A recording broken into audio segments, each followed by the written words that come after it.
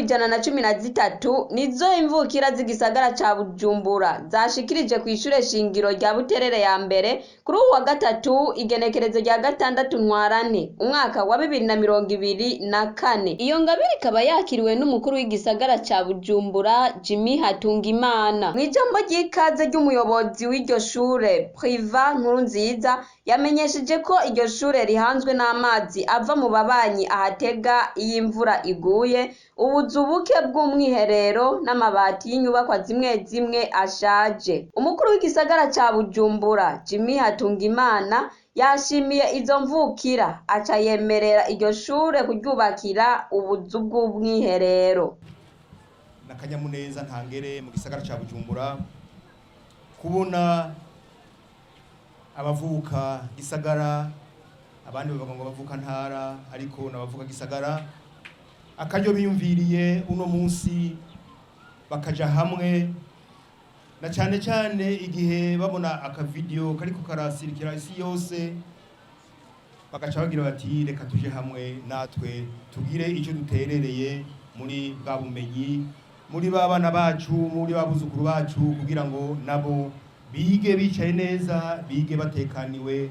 Nagomba mumfashe izo mvukira aho ziri hose hanze y'igihugu, hano canke mu gisagara hagati, tubakengurukire. Iki gikorwa mukoze ni gikorwa kiri mu rukurikirane rw'ibikorwa biriko birakogwa, aho hamaze iminsi tubonye abandi bagira neza, na cane cane imvukira, aho twahereye mu Kamenge. Uno munsi murabona ko dushitse hano mu Buterere, kandi nta nkeka tuzobandanya igisagara cyose kugira ngo aka kabi kabishe k'abana bicara ku mabuye tugasezerere burundu. Nuko rero tubatera intege, tubashimire, tubakengurukire. N'abatarakora iki gikorwa bagikwega amaguru, bamenye ko iki gikorwa ni cacu twese, kuko twese twaraciye ku ntebe y'ishure, mugabo twebwe twaragize amahirwe ico gihe twari nabake, mugabo twaricara ku ntebe twaronka n'abarimu bakwiye. Ariko namwe ntimwihebure, biriko biragenda neza kandi bizobandanya bigenda neza. Ingorane si ubwinshi bw'abanyeshure, mugabo ingorane ya mbere mwavuze ingorane y'amatoilette. Abana barenga 5,000 kuja mu matoilette 21, sinzi ko mwese mushikirwa. Mudashikiriwe naho bamwe barashobora kugira kwifashisha hanze kandi bitarekuriwe. Ico gisabo nyakubahwa umuyobozi wanyu yasavye tugomba vuba tugikemure, tugomba vuba na bwango tugikemure. Muce mudutegurira ahantu dutegura ayo matoilette, tuyubake vyihutangira mu kwezi kumwe tuzoba twahejeje gukora igikorwa. Ku kibazo kijanye n'ibirasi bifise amabati ashaje, yabasabye ko bomuha urutonde rw'amabati akenewe kugira ngo barabe aho bashobora kuyakura. Nayo ku kibazo kijanye n'amazi, yasabye abajejwe ubuhinga mu gisagara kuraba icokorwa. Chansa Nimbona, umwe mu mvukira yaserukiye abandi, aratubwira icatumye biyumvira gukorera ico gikorwa ku ishure shingiro rya Buterere ya mbere.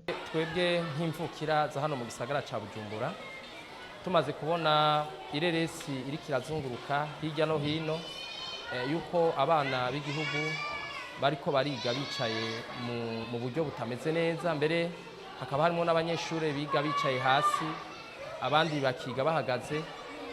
Vyaraduteye ikibazo. Bimaze kudutera ikibazo, turiyumvira ico twokora kuri abo banyeshure.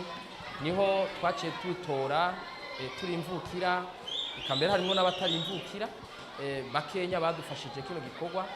Turavuga ati reka rero turabe ico twokora, na cane cane ko isorosoro igwiriyo rija, turegeranya uburyo umwe wese bivanye n'ubwo yashoboye kuronka, hanyuma turategura kino gikorwa mwabonye uno munsi cyo gushikiriza zino ntebe cakozwe hano kwa rino shure rya Buterere ya mbere.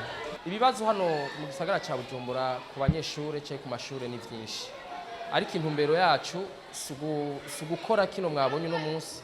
Turafise n'ibindi vyifuzo vyo gukora no ku yandi mashure kuko mwumvise no ngaha ko hafise ibibazo vyinshi no mu yandi mashure hari ibibazo twarihaye ko tugiye kugerageza uko dushoboye kugira ngo turabe ko twokemura bimwe mu bibazo dushoboye hanyuma mu gushigikira leta kuko leta nayo ntishoboye byose kandi leta ishigikirwa n'abene gihugu natwe rero nk'abene gihugu nk'imvukira nk'abakunzi b'igisagara dutegerezwa gufata iya mbere kugira ngo tugerageze uburyo bwose dushigikire amashure no kuvuga ko n'ubu rero tugiye kubandanya no ku yandi mashure tuzoraba ibyo dushoboye mu buto bwacu tugerageze kuko ibi mwabonye vyakoretse ngaha si bajya mwabonye bonyene harimo n'abandi tutari kumwe hano bari hanze y'igihugu ariko kandi bavuga ati vyanka bikunda ni ngombwa ko dutegerezwa gushigikira igihugu catwibarutse na cane cane duhereye mu gwaruka.